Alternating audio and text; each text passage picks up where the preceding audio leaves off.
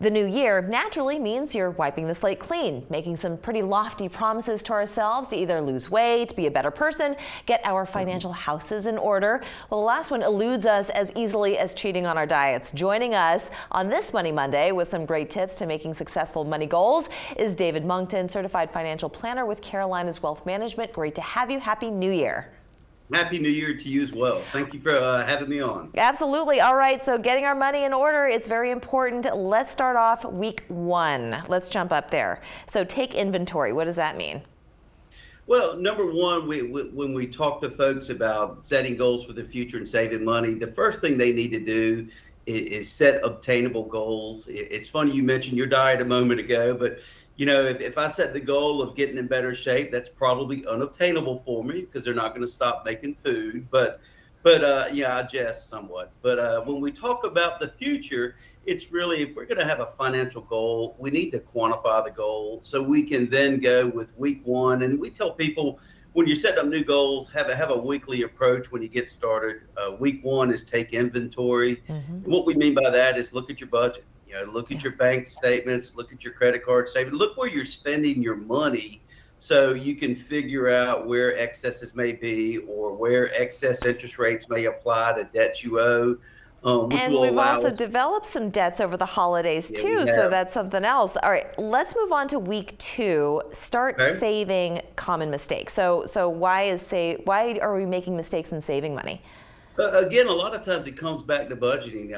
Warren Buffett has always said, pay yourself first. So if we're putting money away for the future for ourselves through a payroll deduction or direct deposit from our bank accounts, we tend to not miss that money. And that's putting money out into the future for ourselves so we can accomplish the goals that we've determined that we want to achieve in the future. You know, one thing I didn't mention, you mentioned we've accumulated debts the last year is, you know, we all should have emergency funds that cover 3 to 6 months of expenses. And if we've eaten into those over the pandemic experience we've all had, we need to build that back up as we, you know, number one, we like to save for education and houses and cars and retirement, but we really got to have that foundation of an emergency fund in place first. Absolutely. All right, week three, look to the future. What is a common mistake of looking to the future? You know, a lot of times we see when people, especially with people that are just starting off, you know, they've got the idea of retirement, and I'll use that as the example.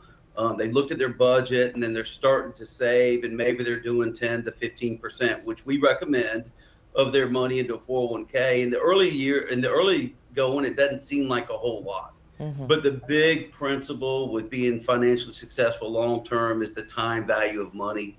So if we're putting money away month over month, year over year, we're putting ourselves in a position to reach our long-term goals. So we tell people to put money away. There's different rules of thumb for whether or not you're on track. We recommend people get with a financial professional to where they can quantify their goals and show them exactly what their money needs to not only earn for them, but what they need to add to it along the way and how much they need at different milestones along the way to make sure they're on pace to reach their goals. And that segues into getting support. So getting support, asking for help, going to the professionals.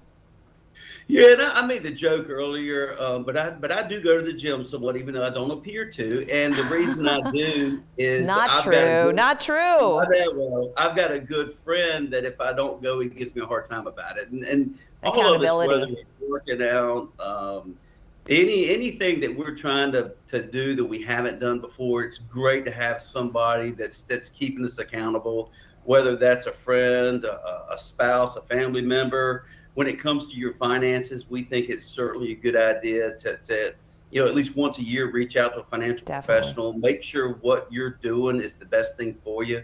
I use an analogy with, you know, the markets, as crazy as the economy and life has been for us the past 2 years, the markets have been really, really good, but not all areas of the markets have been good. So we might have our stock market exposure higher now than it was 24 months ago. So it's good to always reevaluate where we are, and make sure that we're still on track to reach our goals. But the theme of having that resolution and sticking to it is really, we're not going to have commitment if we don't quantify it. That's right. You know, understand what your goals are.